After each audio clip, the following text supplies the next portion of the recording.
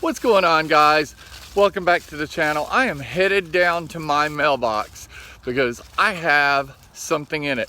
It is not another Speedmaster. That's what I'm wearing today because I wear it most days. I'm actually finding out that I'm wearing this shirt most days too after watching some of my older videos.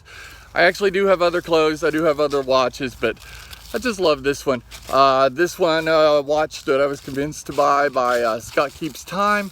And another buddy of mine sent the strap, Wrist DNA. So follow both of those guys on Instagram. Yeah, new watch today.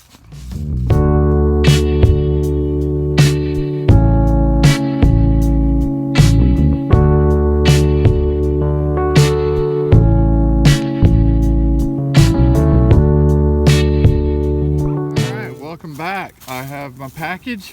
Can't wait to see inside this thing. I actually picked this up on eBay on a whim, not expecting it. And actually, I walking up my field, I don't know why I chose to go this route. I really need to bush hog it. But at any rate, super excited, guys. Okay, don't know where my knife is, so we're gonna use my trusty scissors once again. And better look at that Speedmaster that I was wearing as I grabbed this out of the mailbox. Beautiful Speedmaster I was convinced to buy by Scott Keeps Time over on Instagram. Fully restored by Omega to its brand new condition.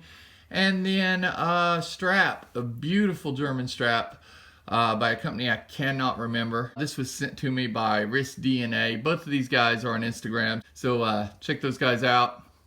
Love it. But onto this. I think I'm safe grabbing this corner.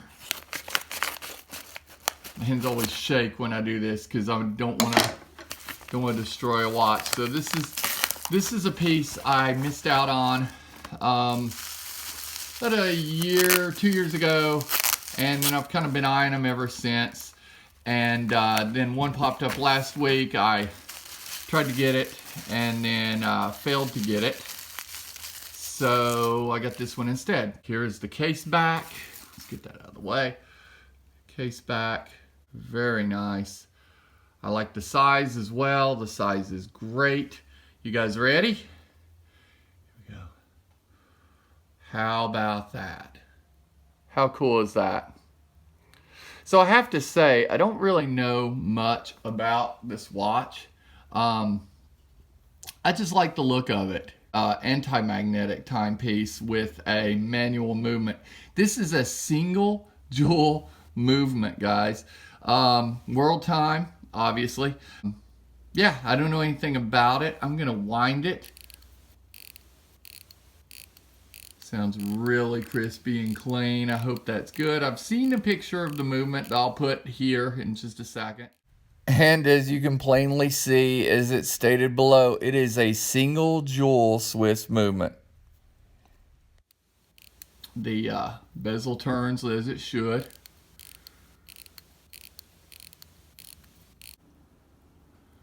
Wow, that's cool. And it is running. I can hear the ticking. I'm gonna have to learn about this watch. I know literally nothing about it.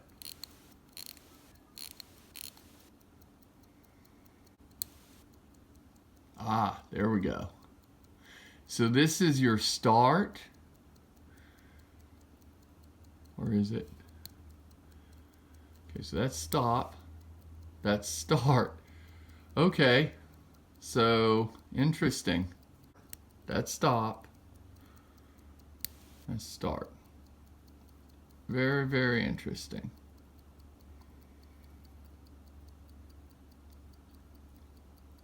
So the world time, you would take the city closest to you and match it up,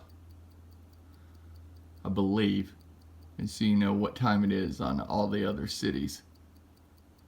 There's Chicago, so we're gonna spin that to Chicago. There we go. So according to this, it's almost 1 in Chicago, it's almost 11 in Los Angeles. So pretty simple. Very cool. Tokyo, we're looking at 4 o'clock. I mean, super simple. Yeah, really like that. Huh. Yeah, I like it. Let's throw it on a strap. I have an idea what I want to put it on. Let's just see what that looks like. Taken off my watch, and I have put this on a beautiful suede because it's winter. Beautiful chestnut suede strap from, I think this one was from Cheapest NATO Straps. Now guys, I have no affiliation with Cheapest NATO Straps. I've just bought a lot of straps from them. So I cannot vouch for how good their straps are these days because it's been a long time. I bought this one close to 2 years ago. So, yeah, I have no idea. I don't have a affiliation with them other than I just like their straps from 2 years ago. So it does seem to be keeping time pretty closely with the Omega, which is awesome. And I do like having a NATO on it because it'll protect that case back, which is really nicely finished. I'm really surprised about how nice this is. I did not expect this watch to look this good. So we're gonna throw this one on the wrist, see how it looks, and then we'll try it on a couple other straps. Wow, just wow. I really, really like how this has turned out. Very, very cool. I'm so happy with this purchase so far. We'll see how accurate it is, if it does need a service, if it, you know, how it holds up. If it's even able to be serviced, because honestly, I don't really know about this this brand or this company, other than it's clearly a vintage piece. Yeah, let's try some other straps. So this time I've got it on a black Rally with white stitching. This was also a Cheapest NATO strap actually, and it's actually got an Omega buckle on it. Now obviously if I used this strap on this watch head, I would put its own buckle on it, or get a strap dedicated for it. But for these purposes, it's just seeing what it looks good on. Looks pretty good on the Rally strap. Actually, a black strap with like blue stitching should look awesome. But I gotta say, I think I'm liking the NATO better. Yeah, let's throw it back on a. Well, we haven't actually had it on a bracelet. Let's throw it on a bracelet real quick and see what that looks like. I think this guy is my favorite so far. I wanted to show it to you before I put it on the wrist, just because, wow, how vintagey is that? Vintagey. Is that even a word? I don't even know if that's a word, but that's how I describe this. Very, very vintagey. So yeah, it'll definitely be seeing this this bracelet quite a bit. Quite a bit.